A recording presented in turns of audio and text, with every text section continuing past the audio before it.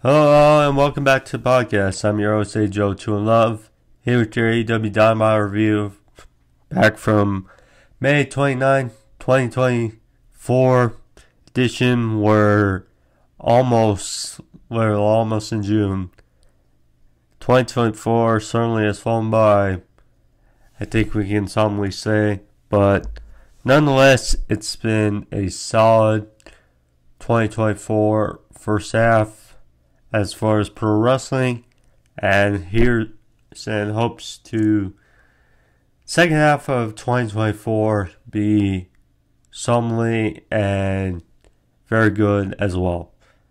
With that, though, for AEW Dynamite last night, off the heels of Double or Nothing, heading into Forbidden Door next month, we already got some good, interesting progression as far as next month's pay-per-view is concerned. So, the two big things to highlight from last night's show. So, first thing. Adam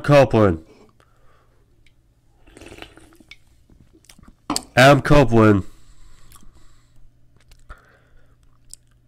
had that barbed wire steel cage match with Malachi Black for the TNT Championship on Sunday.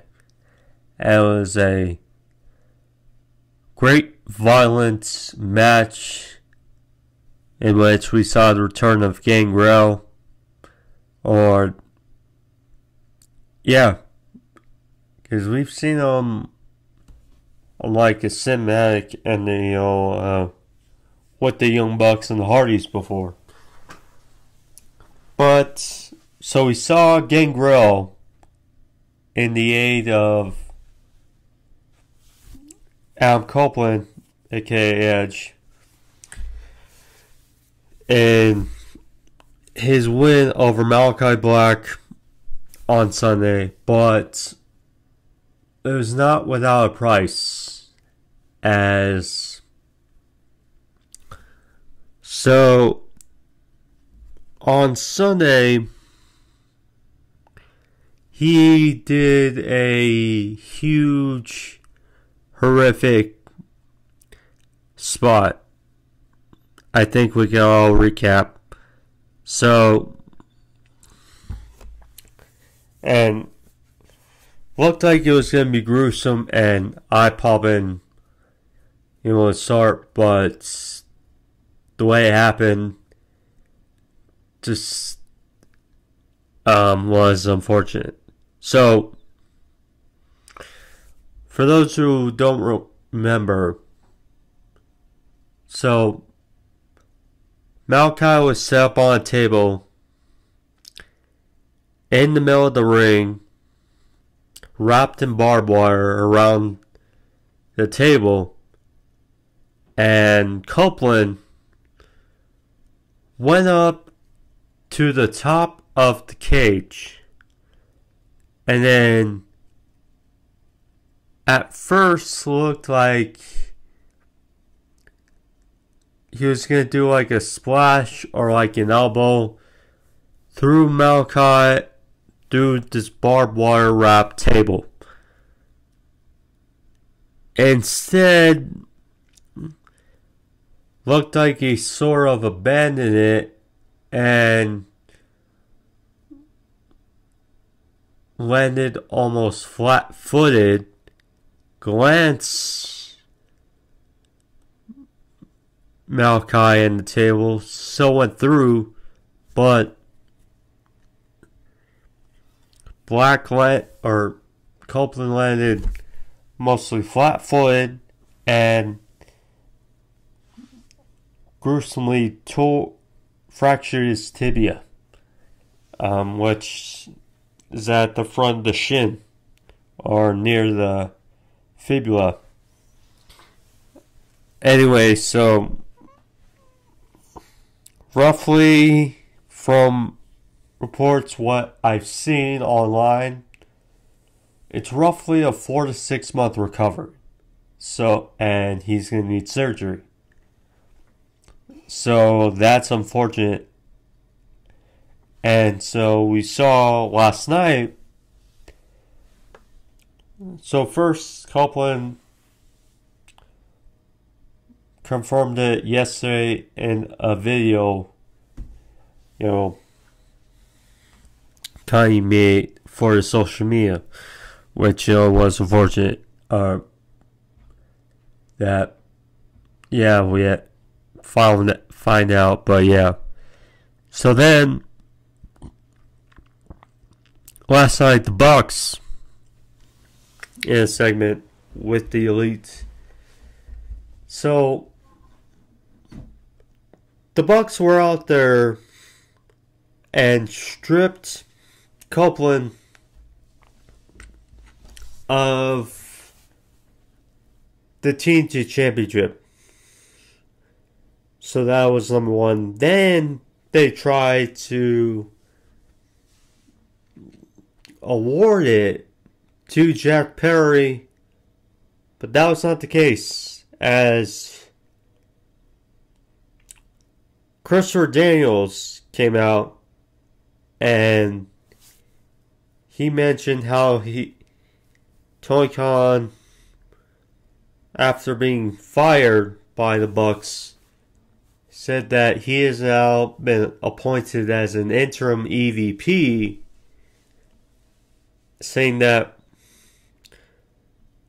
what he says comes from the back, and he said that it's not going to be awarded, it's going to be earned, saying that he will have a chance to earn it, as this is another thing, great thing, because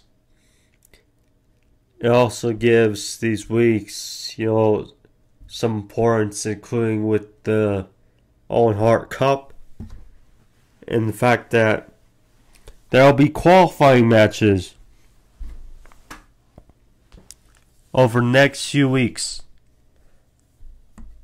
And the winners of those qualifying matches will advance to go on to vie for the vacant TNT Championship at Forbidden Door in a ladder match.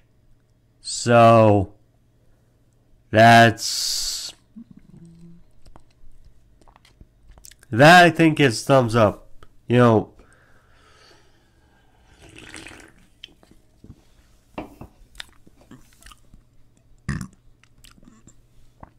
If they were to award simply Jack Perry with the title,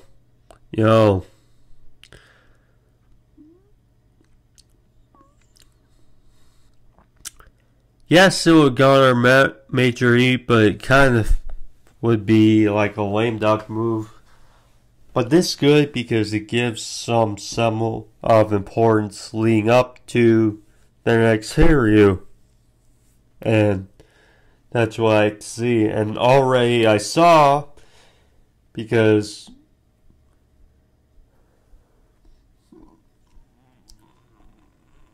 Daniels mentioned that the first qualifying match will take place on Friday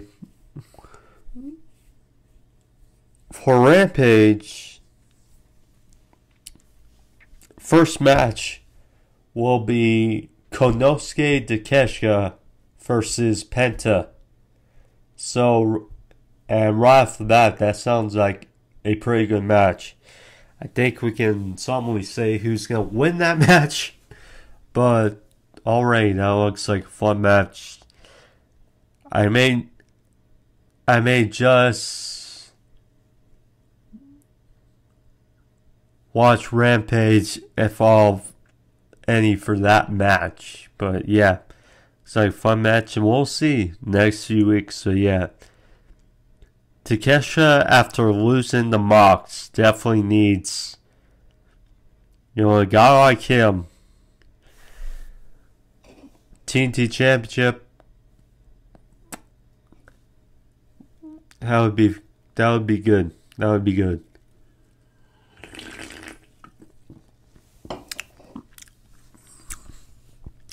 The other thing, big thing that happened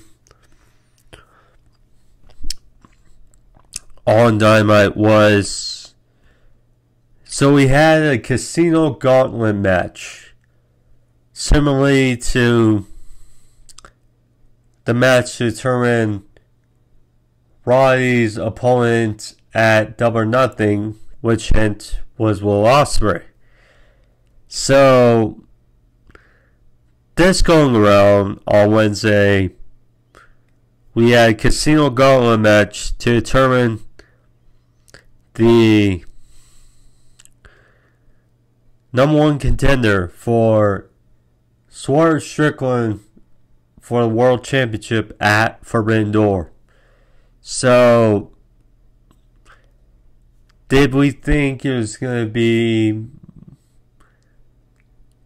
Could have gone a number of ways because Forbidden Door, you know, it's like, I don't know, but so we had Will Ospreay, Jay White, Pac, Shogo Umino, Claudio Castagnoli, Orange Cassidy, Hechicero, Mystico, and Crit. It was a fun, wild main event. But in the end, Will Ospreay, who won the International Championship at Double or Nothing over Roderick Strong,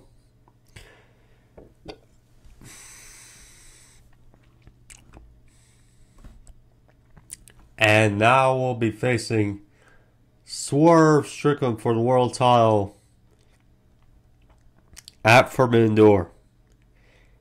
It's right off the bat, huge match. I mean, I'm sure some were pegging this to be, or penciling in this match to happen at Wembley. And it may still happen. But they're going to have it at Forbidden Door.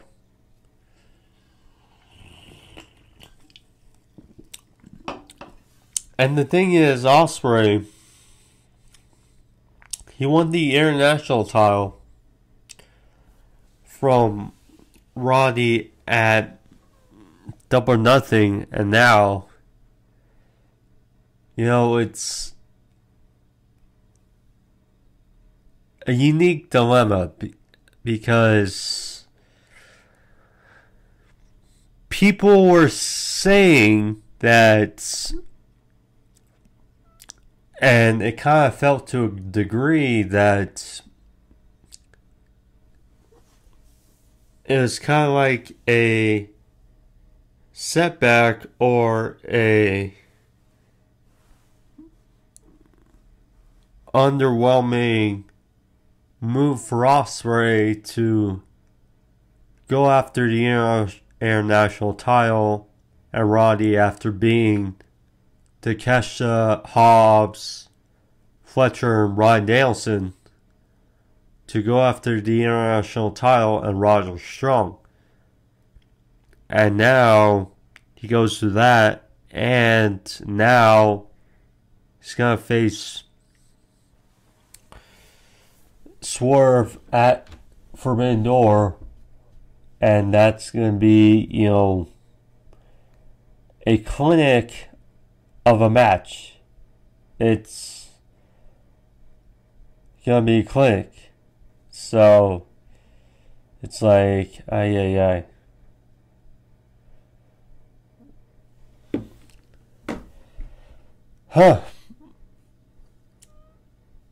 So, on one hand, you could say that this match is happening too quick. The other hand, I bet in mind's eye, honestly, when I looked at the competitors, I thought in the match, I thought it was going to be Jay White. To be honest, because it could work. I mean, you can still have a very credible opponent for Swerve. But then again, you don't want to see Jay White lose another world title match. I mean, if he's going to fight for the world title again, you want to see him win it this time.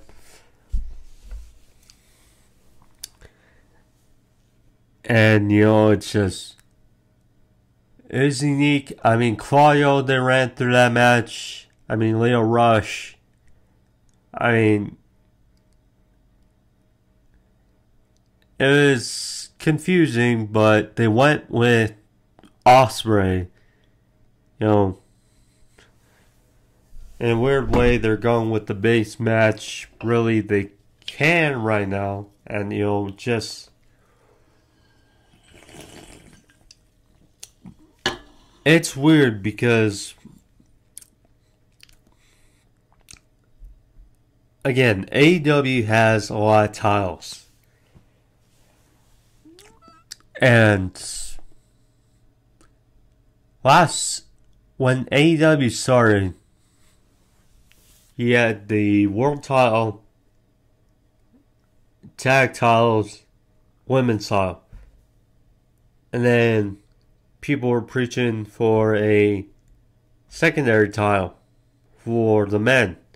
So they went with TNT title. Then people are preaching for perhaps a trio styles. Instead, they went with the international title. You know, it's like the FTW title was brought in. It's been semi-defended. Heck, it's been defended more than or given more attention than some of the other titles should be.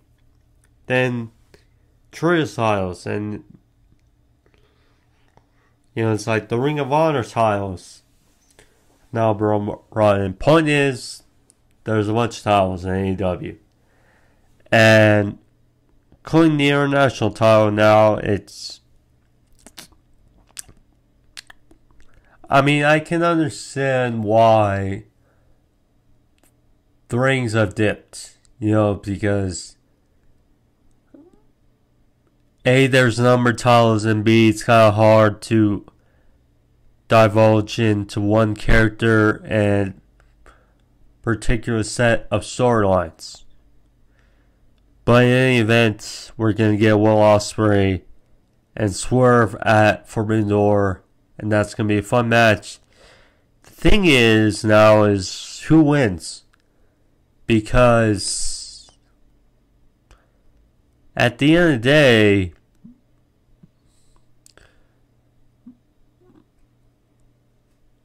are you ready to have Ospreay lose now and Swerve wins?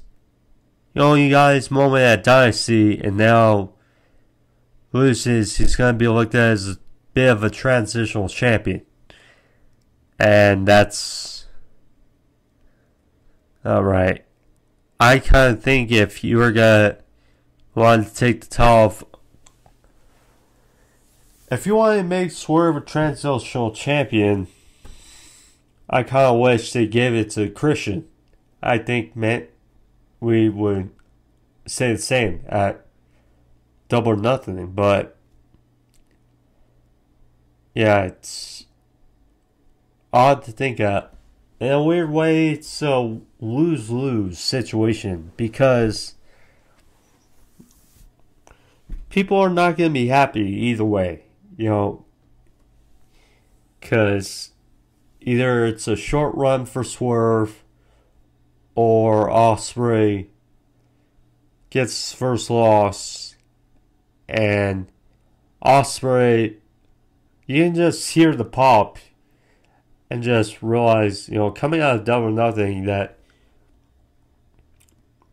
Ospreay is as hotter than any wrestler right now in pro wrestling. And it's tough. It's tough, but it's going to be a fun match at Forbidden Door. Well, with that out of the way, guys, let's get into review now, shall we? So let's get to it. Before we do so, I gotta thank you all for our support thus far. And before we get into the video, please subscribe if you haven't already. It's in the corner, but yeah.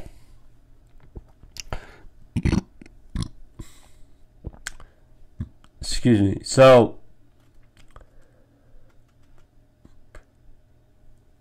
AEW Dynamite start off with Mone.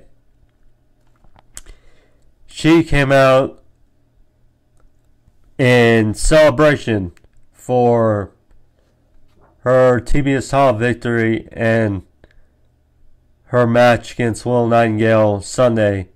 So, there were balloons. Kind of felt like a haphazard celebration kind of set up, and how we've seen different celebrations in wrestling, but kind of figured as to what was to come. So there were balloons and stuff set up in the ring for Mercedes. She was out strutting. She had the tile. All boasting, all happy. So she was out there about to cut a promo, and then so I'm sure people are still curious as to who attacked Mercedes Mone in that segment in the dark, a couple weeks ago. And some were pitching or else thought of this person cost Mercedes the title at Double or Nothing. That was not the case. So yeah, then it was revealed for Skye Blue. Skye Blue. She is the one who apparently attacked Mercedes Mone in that segment those weeks ago. Now, I think with the way people were building it up and being in the dark, you instead of just being a regular beatdown because it was in the dark, and then the suspense of who is it, this, that, and then I'm sure people felt underwhelmed with just how people speculating online, just like felt underwhelmed when it turned out to be Skye Blue, because I bet many were expecting it'd be someone else, someone big to be for first real defense. But considering that next month is Forbidden Door, I'm not surprised, because later we found out it would be Mercedes versus Skye Blue in the match, and the match last night, as well as we kind of found a tease as to who Mercedes faced at Forbidden Door, and then potentially after we can move on to potentially someone bigger, perhaps for Wembley, or yeah, we'll see. But yeah, it was revealed to be Skye Blue. She attacked Mercedes, held up the towel, went out of the ring, didn't really say anything. She had some weeping, fake weeping on her face, so it's like, yeah.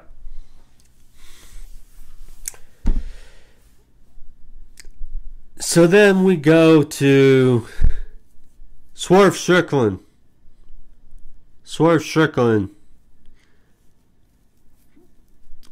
Although there will be a gauntlet match in the main event to decide his challenger, for Forbidden Door, he would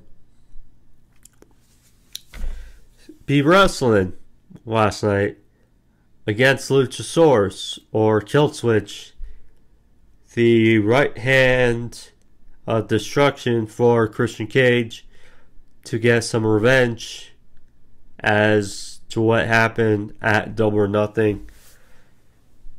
This was a solid match between two. You know, we have not seen really Luchasaurus or Killswitch wrestle much lately, but we know he's so very good. And hearing that music and that entrance is just very good again.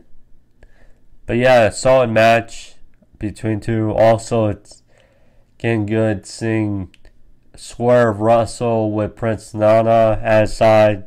You know, it just adds that little juice and hilariousness to it. So, yeah, so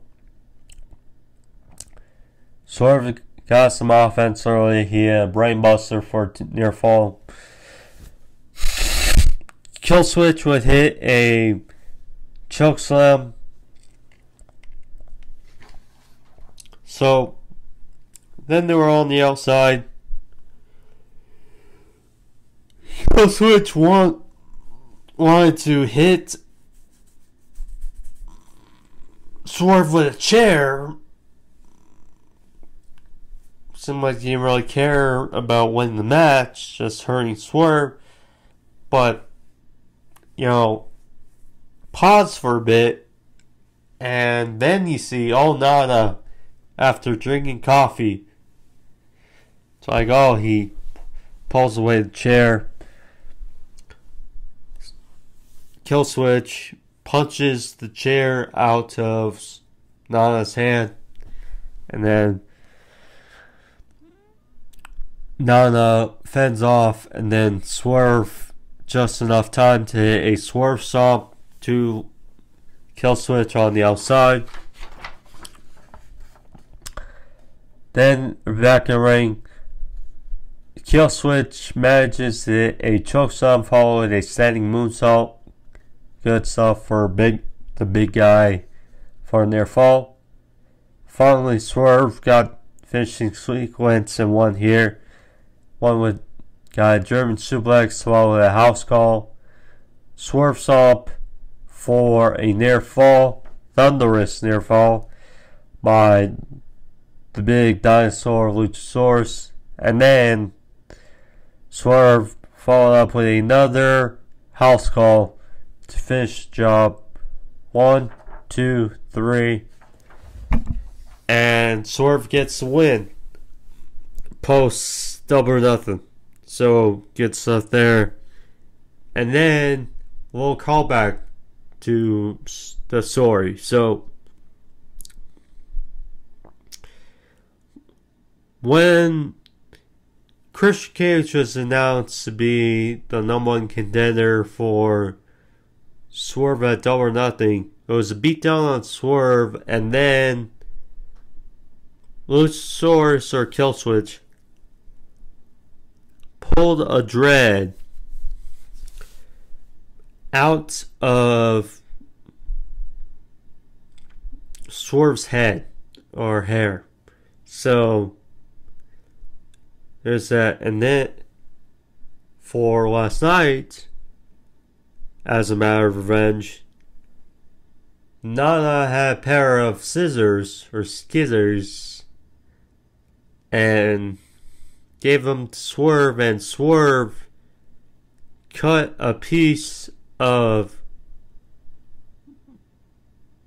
Killswitch's hair off. So, an eye for an eye, hair for dreadlock, hair for hair. So, there you go. Jon Moxley got a little promo in the back prior to his championship eliminator match with Rocky Romero for the IWGP Heavyweight Championship. Here's the thing. This makes more sense for a eliminator match. The funny thing is that Moxley just came off a eliminator match against Takeshita at Double or Nothing. Now he's in another one last night, this time against Romero. It makes more sense as far as eliminator match because, I mean, Rocky, you know, of course, history in New Japan, and really he's more a... feels like he's more of a seasonal talent on AEW TV because of his working with New Japan, etc. But, you know, Moxley just came off an eliminator match. So it's like, eh. I mean, who's he gonna... Will he face his protege, Showa Umino, who was unsuccessful last night at Forbidden Door, or Gabe Kidd, or we'll see. We'll see.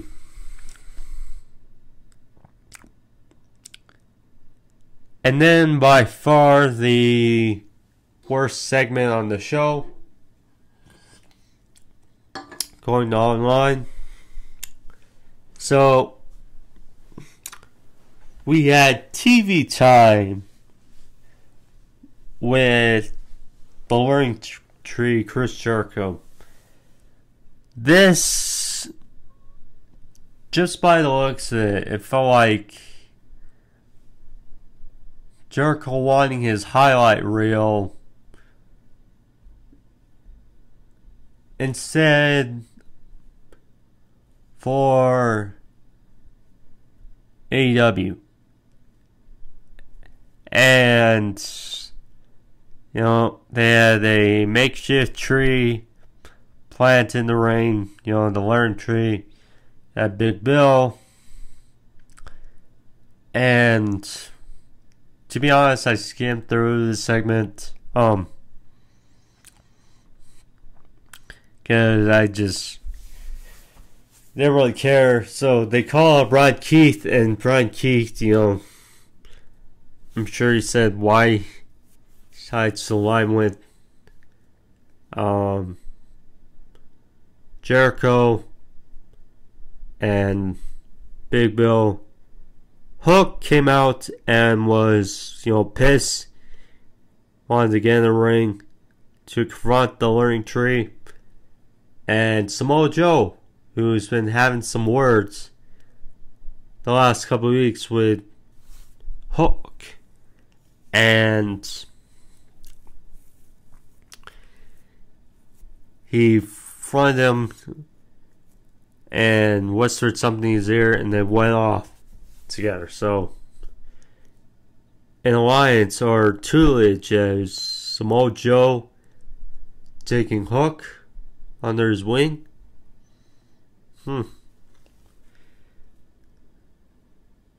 Jon Moxley versus Rocky Romero. This was a decent match here, you know, Alex Carr, Rocky Romero, but, you know, in the end, you know, Moxley, who pretty much... Here's the thing, you can tell, the weird thing is, he can tell because Tony loves Moxley, and, you know, Moxley, one of the best, but you can tell who he admires the most based on, or how much he values a person depending on who beats Moxley. Or he's kind of the ball, he's kind of that bar pretty much for AEW, because look at who's beating him. I mean, you got Hangman, you got Jay White, you got Swerve, Jay White, You got Orange Cassidy, Hangman, Kenny, etc. So, yeah, not to me, people. Phoenix, he likes Phoenix, but I don't. That was obviously not according to plan. That was more of an accident, but yeah, nonetheless, Moxley got the one here. Death Rider for the win. So there you go. Samoa Joe and Hook, they were backstage.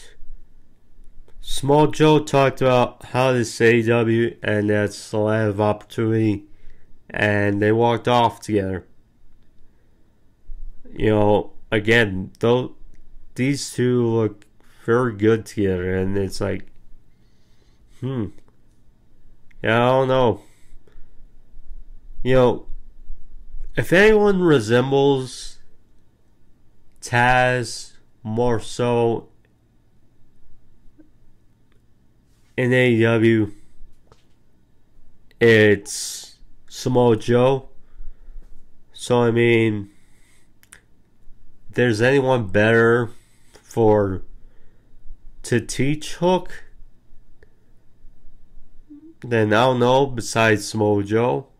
But this is interesting, I'd say, for Hook, certainly against Samoa Joe, who, although it's weird because he lost his title to Swerve, wasn't really doing anything, didn't mention Swerve or his world title, losing his world title, but now he looks like he's in this alliance or tutelage of Hook. Certainly be better than what Chris Jericho was offering, I'd say. Don Callis, everyone or AEW's favorite villain. If you're wondering why I'm doing this, because my camera is on. I try to be clear, as clear as I can, but camera's shaky. Anyway, so Don Callis, AEW's favorite villain. To a T. Don Callis, so he was out there and mentioned having an open contract for anyone to sign with the Don Callis family. So he mentioned someone he's been scouting the last couple of weeks, and he mentioned Orange Cassidy. So he called him out to the ring, and Orange Cassidy, says he's offering him the opportunity of a lifetime. So at first, Orange Cassidy, he held up the contract looking like he was considering and about signing. And then, in Orange Cassidy fashion, tore up the contract. So then,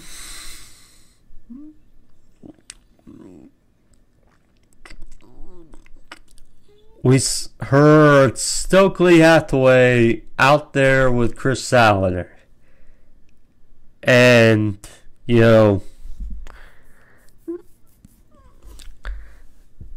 it's, well, here's the thing. First, so Stokely said that you're weak-minded like Nightingale.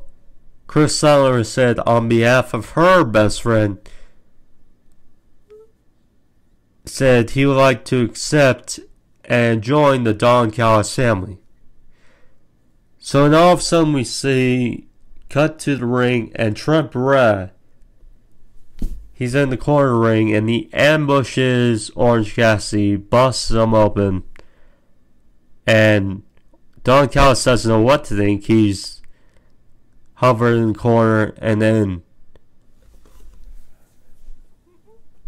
over Orange Cassidy's body, Trent Barrett offers for the best friends like hug in the middle ring to Don Callis over Orange Cassidy's being body, and Don Callis obliges, and it looks like, yeah, the newest member of the Don Callis family, Trent Barrett. You know, I'm sure, you know, the match was on Sunday with Orange and Trent. You know, because we thought we were going to get some progression of Don Callis or him factoring into the finish of the match. Nothing happened. Just was an ordinary match. But then we get to hear Trent Barrett, who's turned heel, Chris Allen, who's turned heel. You know, they're still side with each other. Chuck Taylor's out of action. Orange Cassidy's, you know, basically by himself.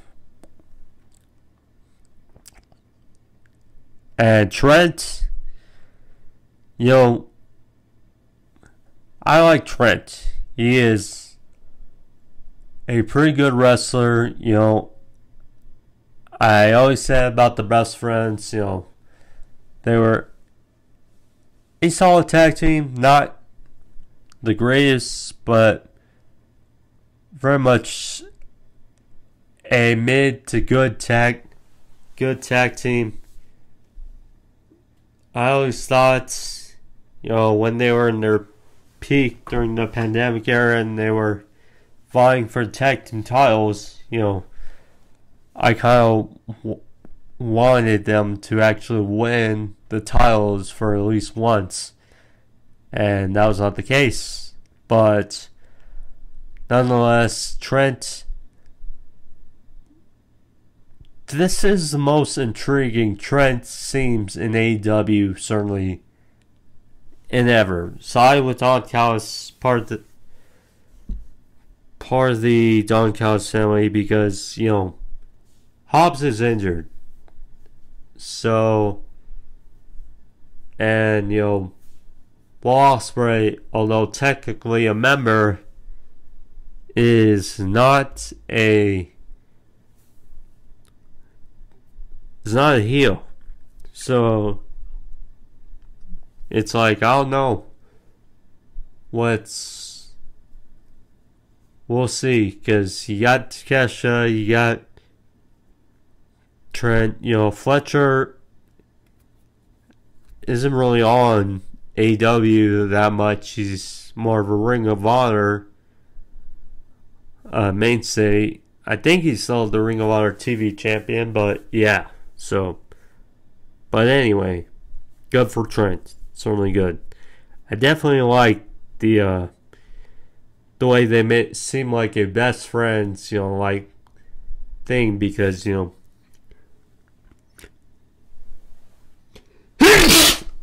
excuse me. Because, yeah, they went to the hug and then they did the whole pan out, and then Taz said, excuse me. And Taz said, you know, you got to give people what they want, snarkingly. It was good. It was good.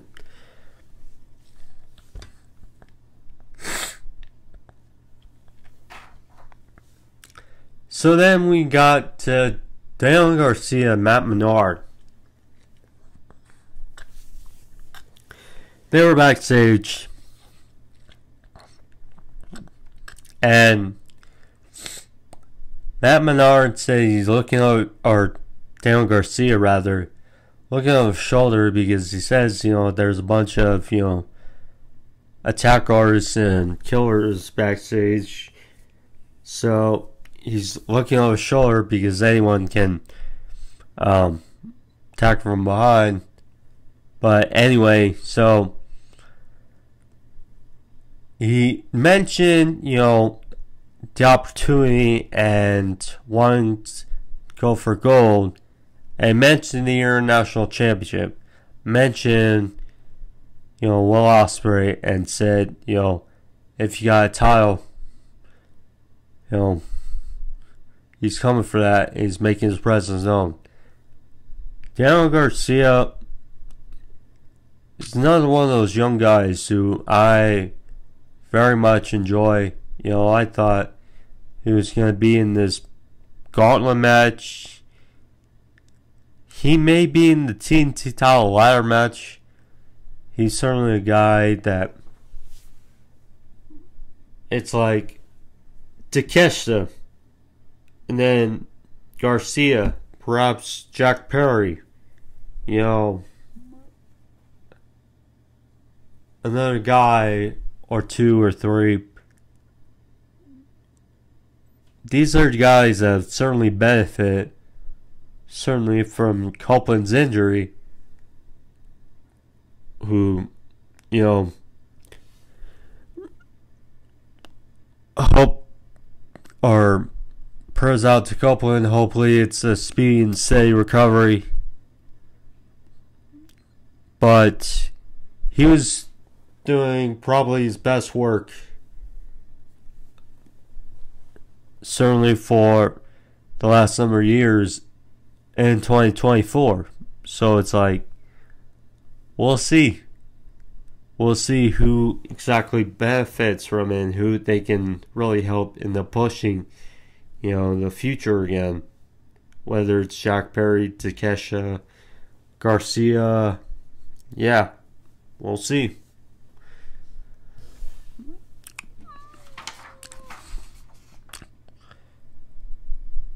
Mercedes Mone, then first Skye Blue for the TBS Championship. Solid match, Skye Blue, she's gotten better, again, she's getting better. Mercedes, her second match back over a year, and it was a short match, but still relatively delivered. And I like the spots as Mercedes. So Skye Blue, she went for a cold blue, but Mercedes countered that into the Mone maker for the win. So that was a unique counter, unique spot. So that was certainly good. And yeah, again, provided she remains healthy and remains good, this title reign could certainly benefit. And yeah, so we got prior we got a vignette of Stephanie Vaquer, the current New Japan Strong Women's Champion, who has wrestled in New Japan, wrestled in CMLL. I believe Excalibur noted that she's also wrestled in the UK. Nonetheless, she's wrestled globally. Many promotions, and particularly promotions that AEW has partnerships with, and thus Forbidden Door. So she was out there. She held up her title, having a bit of a face off with Mercedes, who is in the ring, eyeing her up. So it seems we may be getting Stephanie Vaquer versus Mercedes at Forbidden Door. It's an interesting match. Vaquer, I haven't seen a lot of. I've only seen a little bit and her highlights and stuff, but yeah, Stephanie Vaquer versus Mercedes. certainly interesting match for defense, and could be title first title, who knows, or both, we'll see.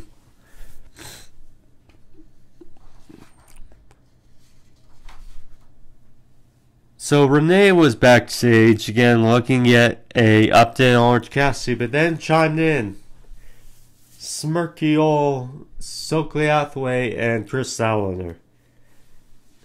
This dynamic is definitely going to be unique and a learning curve, because Stokely is much better as a heel. He just sounds like that smirky, it's like he has a mustache, he has a,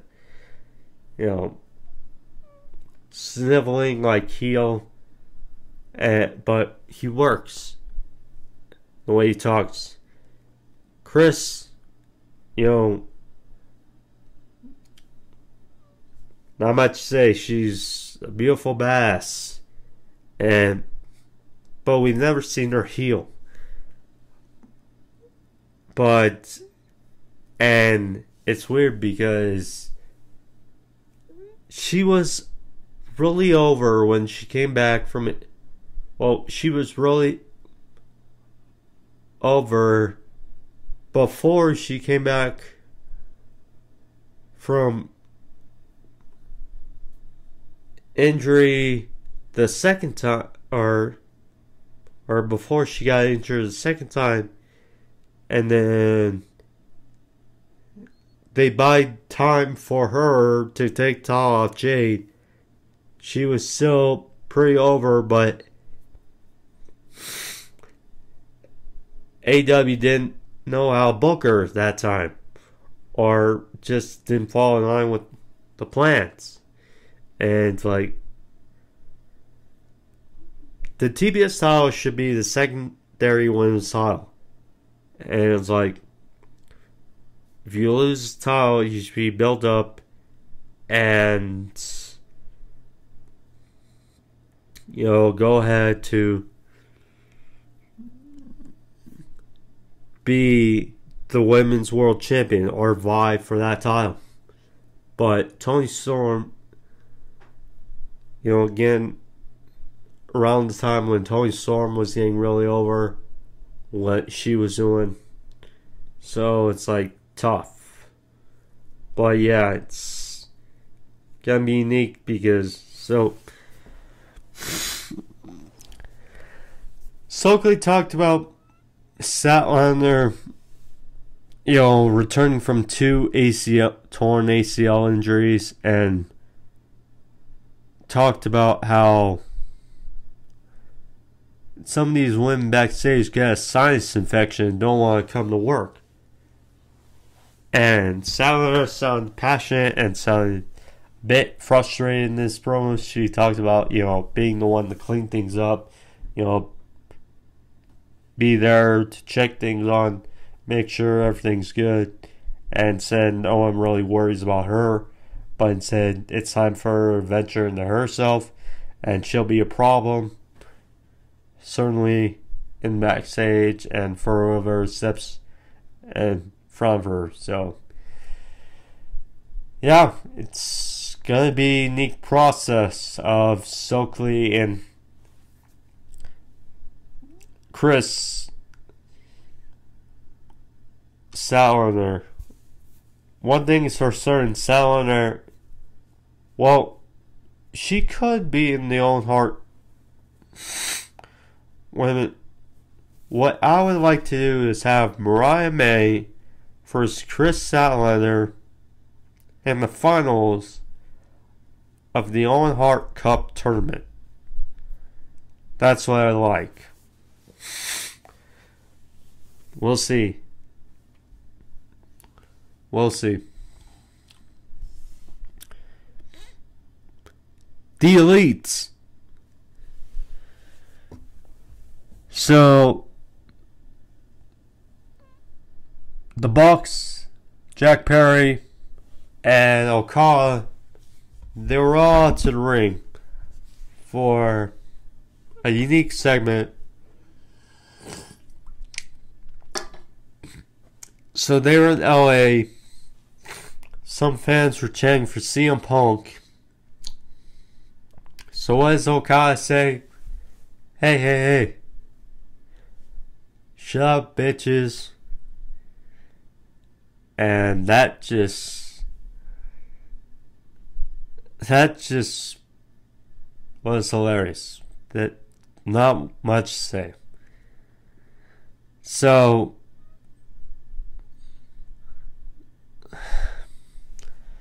cool for the Bucks, and so they praise Jack Perry and their performance in Anarchy in the Arena, but addressed the matter in the room, saying that Adam Copeland, who they love, was injured and at Double or Nothing in the TNT title match. Said he's will have surgery, but said he's now stripped of the TNT Championship.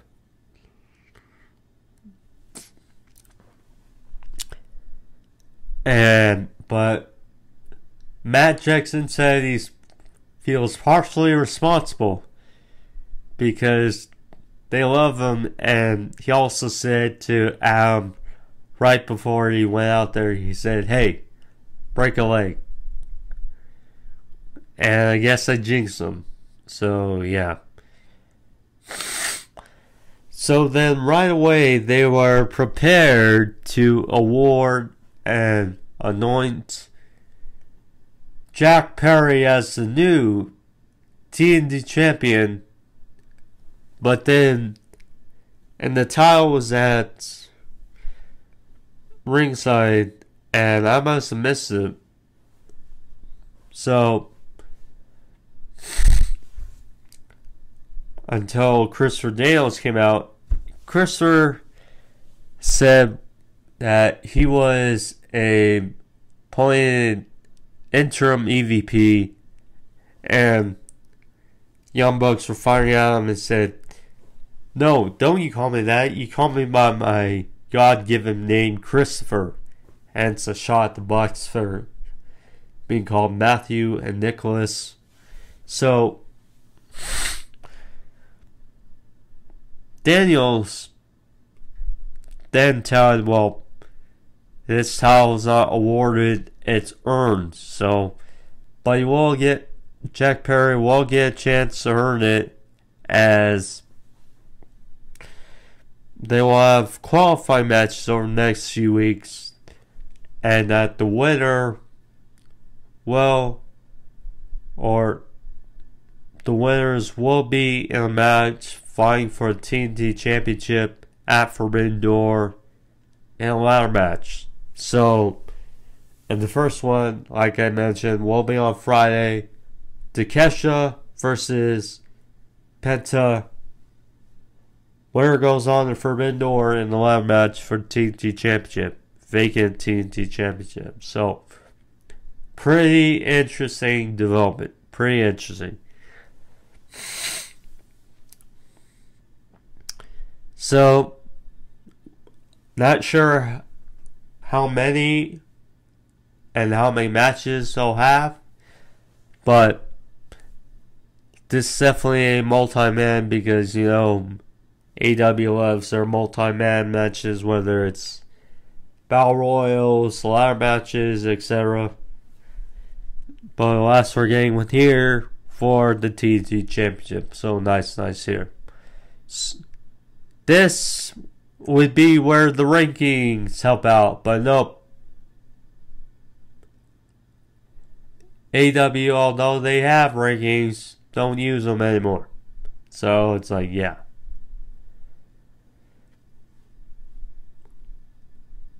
Anyway, so Matthew was like, well, that's a good idea. Why don't we show how much we miss him and show how much we're glad to see him back face to face. So they're all about to get out of the ring, and then we hear the Acclaim's music hit. So The Acclaimed and Billy Gunn. Bit random. So they run out to aid Christopher Daniels against the Elite. Maybe a tease of the Acclaimed going against the Bucks. You know, the Acclaimed definitely need to be back in the tag team division. I think if anything that would be better for them. No longer be a trio with Billy Gunn. You know, it's time to go back to your tag team roots, and yeah. So, I don't know, but we'll see. And then it was also funny because they awarded a gift to Okada and apparently like a new Ferrari. And then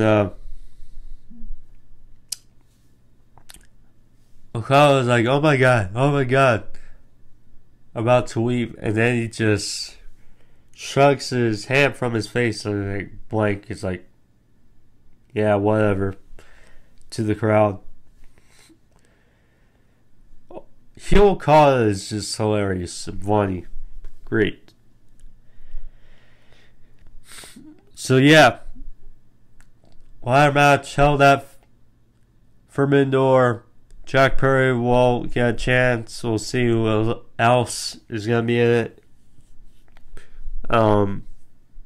Besides the match, but I like it because the month of June is going to be unique because got qualifying matches for Forbidden Door, and B, you got the Owen Hart Cup tournaments to look forward to. So June, usually it's a lax month for AEW the last few years because the Owen Hart Cup, or not the Owen Hart Cup, but the Forbidden Door. It's more so dream matches, but in this case they have to put more build into it simply because, you know, who they plucked from New Japan and CMLL. So yeah. So Forbidden Door's kind of lost a bit of its luster, but in the end it's still a pay-per-view you have to build for. So yeah, could potentially get some New Japan or CMLL guys in this.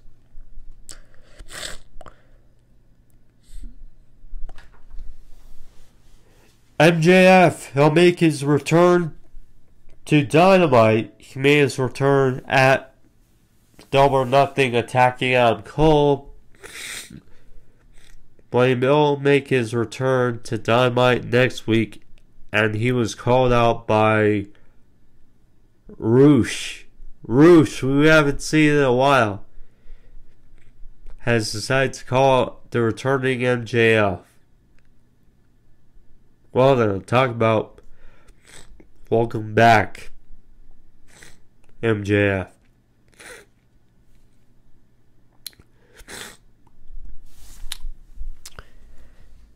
So the main event, the Casino Battle Royal, to see who will face Swerve Strickland for the World Championship at Forbidden Door.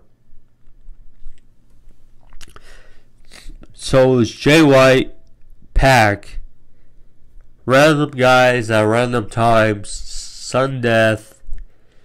This was definitely better than just a Battle Royal, I'd say. So it was Jay White, Pac, Mystico, Will Ospreay, Shota Umino, Claudio Castagnoli, Leo Rush, Orange Cassidy, and Hit Cesaro. So there you go. The match was good. The match was wild. So Jay White and Pac started. First of all, it's great to see Juice back in the pairing. Yeah. Yeah, it's great. He just adds so much more to it. Here's the thing, though. If it was no DQ, why did Bullet Club Gold should have stayed out there with him? That's my only thing.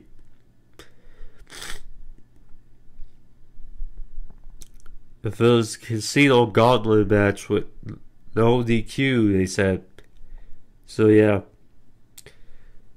But yeah, JY and Pac, both fearing things from the pay-per-view. Visco, OSPREAY. There's a number of spots there. Show Uno, Claudio. He got a lot of offense in this match. Is very good.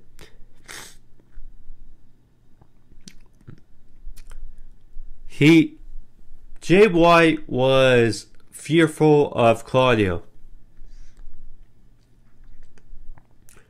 If there's one thing I would love to see is a Bullet Club Gold versus Blackpool Combat Club feud. We'll see. We'll see, because the funny thing is Yuta has been hurt for like forever. So it's like, and we don't really know. See, it's tough with the Blackpool Combat Club these days because Yuta's been hurt. Moxley is the IWGP World Heavy Champion, so his schedule is up in the air. Brian's schedule, as far as full time, is winding down. And so that leaves Claudio, the only one